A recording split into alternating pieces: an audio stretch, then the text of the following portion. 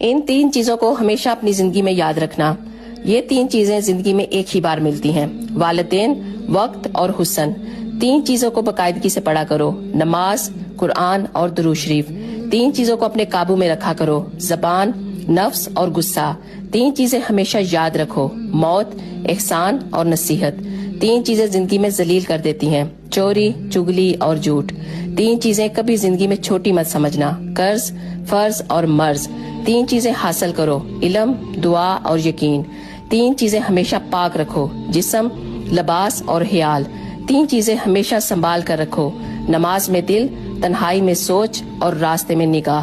3 चीजें आपके रिस्क को बढ़ा देती हैं, तहज्जुद की नमाज, इस्तगफार और सदका।